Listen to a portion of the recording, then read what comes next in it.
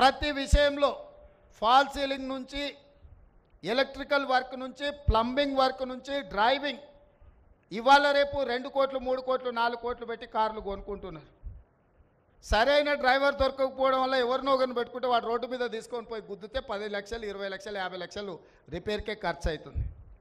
మంచి డ్రైవింగ్ శిక్షణ ఉన్నవాడు ఉంటే 50,000 60,000 ఇవ్వడానికి ఎవరికి సమస్యనే లేదు. ప్రాక్టికల్గా మేమందరం కూడా ఆ సమస్యను ఎదుర్కొంటున్నాం.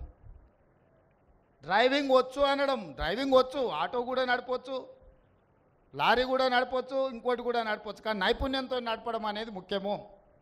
అందుకే ఈరోజు ఈ ఐటీఐలో టాటా కన్సల్టెన్సీ ప్రపంచంలోనే ఒక పేరెన్నిక కన్న ఇండస్ట్రియల్ సెక్టర్లో they have their own reputation.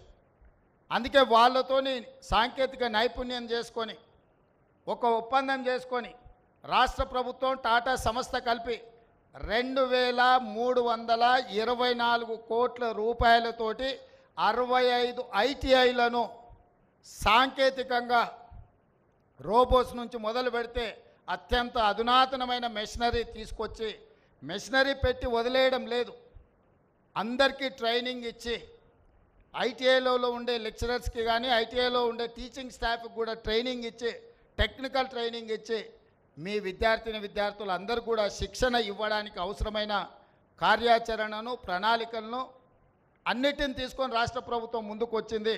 Telangana రాష్ట్ర ప్రభుత్వంతో కలిసి సాంకేతిక నైపుణ్యాన్ని పెంచి ఉద్యోగ ఉపాధి అవకాశాలు కల్పించడానికి ముందుకు వచ్చిన టాటా సంస్థ యజమానులకు కూడా నేను మనస్ఫూర్తిగా తెలంగాణ ప్రభుత్వం తరఫున వారికి ధన్యవాదాలు తెలియజేస్తున్నాను.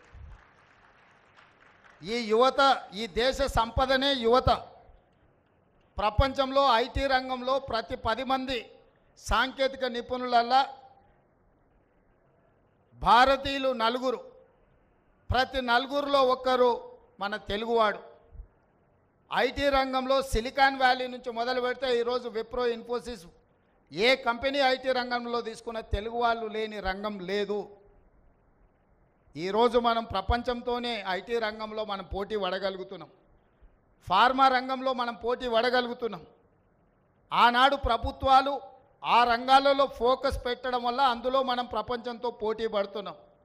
మరి ఈరోజు మిడ్ సెగ్మెంట్లో విద్యార్థులు లక్షలాది మంది ఉన్నారు. వాళ్ళ ఎడ్యుకేషన్లో సర్టిఫికెట్లో రాణించిన సాంకేతిక శిక్షణ లేకపోవడం వల్ల నిరుద్యోగ సమస్యను ఎదుర్కొంటున్నారు. ఆ మిడ్ సెగ్మెంట్ మీదనే మా ప్రభుత్వం యొక్క ఫోకస్. మధ్యతరగతి, దిగువ తరగతి కుటుంబాలకు గ్రామీణ ప్రాంతాలలో, వెనుకబడిన ప్రాంతాలలో నుంచి చదువుకొని వస్తున్న నిరుద్యోగ యువకులకు శిక్షణను ఇవ్వడం ద్వారా వాళ్లకు నైపుణ్యం పెంపొందించి వాళ్లకు ఉద్యోగ ఉపాధి అవకాశాలు కల్పించడం మా బాధ్యతగా భావించడం. దాంట్లో భాగంగానే మొదటి మెట్టు ఇవాళ మల్లెపల్లి ఐటీఐలో మా ప్రభుత్వం నిర్ణయం తీసుకున్నది, ప్రారంభించింది. తొందరలో రాష్ట్రం నలుమూలల 65 ఐటీఐలను అత్యంత అధునాతనంగా తీర్చిదిద్ది రాష్ట్రంలో ఉండే లక్షలాది మంది నిరుద్యోగ విద్యార్థులకు శిక్షణ ఇవ్వడం జరుగుతుంది. ఇందులో నైపుణ్యం నేర్చుకుంటే మీరు సొంతంగా వ్యాపార సంస్థలు పెట్టుకోవచ్చు. ఇందులో మీరు నైపుణ్యం నేర్చుకుంటే ప్రభుత్వం కూడా మీరు వ్యాపారాలు పెట్టుకోవడానికి అవసరమైన ఆర్థిక సహాయాన్ని మీకు అందించడానికి ప్రభుత్వం ముందుకు వస్తుంది. మీకు నేర్పించడం ద్వారా మీ భవిష్యత్తుకు ఒక విశ్వాసాన్ని, నమ్మకాన్ని మన ప్రభుత్వం కల్పించాలి అని అనుకుంటుంది. అందుకే ఈ వేదిక మీద నుంచి మీడియా మిత్రుల ద్వారా తెలంగాణ రాష్ట్రంలో ఉన్న లక్షలాది మంది నిరుద్యోగ విద్యార్థులకు భవిష్యత్తులో చదవాలనుకున్న వాళ్లకు చేరండి ఐటీఐల్లో. ఇంతకుముందు వేరు, ఇప్పుడు వేరు.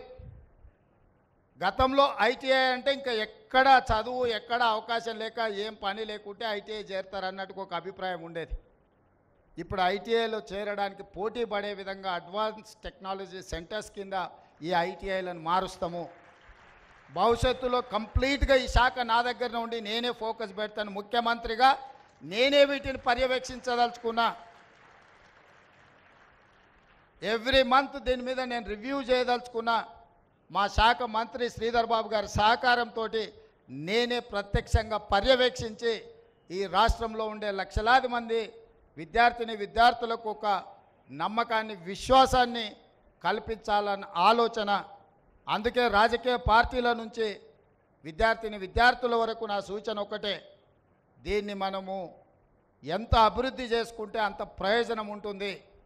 రేపు సాంకేతికంగా నిర్మాణ రంగంలో కానీ ఇతర రంగాలలో కానీ ఇండస్ట్రియల్ సెక్టర్లో కానీ వివిధ రంగాలలో ఏ దేశంలో చూసినా మన రాష్ట్రంలో ట్రైనింగ్ పొందిన మన రాష్ట్రానికి సంబంధించిన విద్యార్థులే ఉండాలి అనే బలంగా కోరుకుంటున్నా.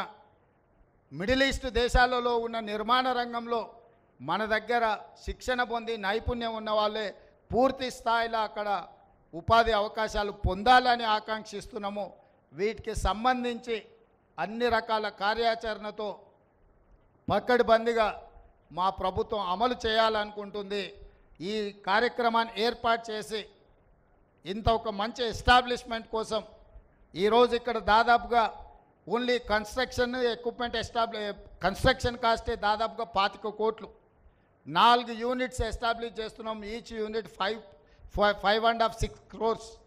అదేవిధంగా ఇందులో పెట్టే మొత్తం యంత్రాలు, రోబోసు ఇవన్నీ కలిపితే దాదాపుగా ఒక 50 కోట్ల రూపాయలతోని ఈరోజు ఈ సెంటర్స్ని అన్నిటిని కూడా మనం అభివృద్ధి చేసుకుంటున్నాము.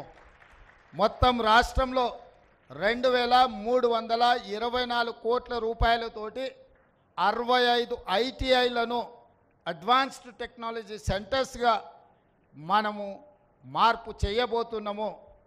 ఇది ఖచ్చితంగా ఈ రాష్ట్రంలో ఉండే లక్షలాది మంది విద్యార్థులకు ఉపయోగపడుతుంది. మీరందరూ ఇక్కడ శిక్షణ పొందండి. తప్పకుండా మీకు ఉద్యోగమో లేదా ఉపాధి అవకాశమో వస్తుందని తెలియజేస్తూ మరొక్కసారి కార్యక్రమంలో పాల్గొన్న ఇక్కడున్న మా విద్యార్థులందరికీ శుభాకాంక్షలు తెలియజేస్తూ సెలవు తీసుకుంటున్నాను. ధన్యవాదాలు మిత్రులారా.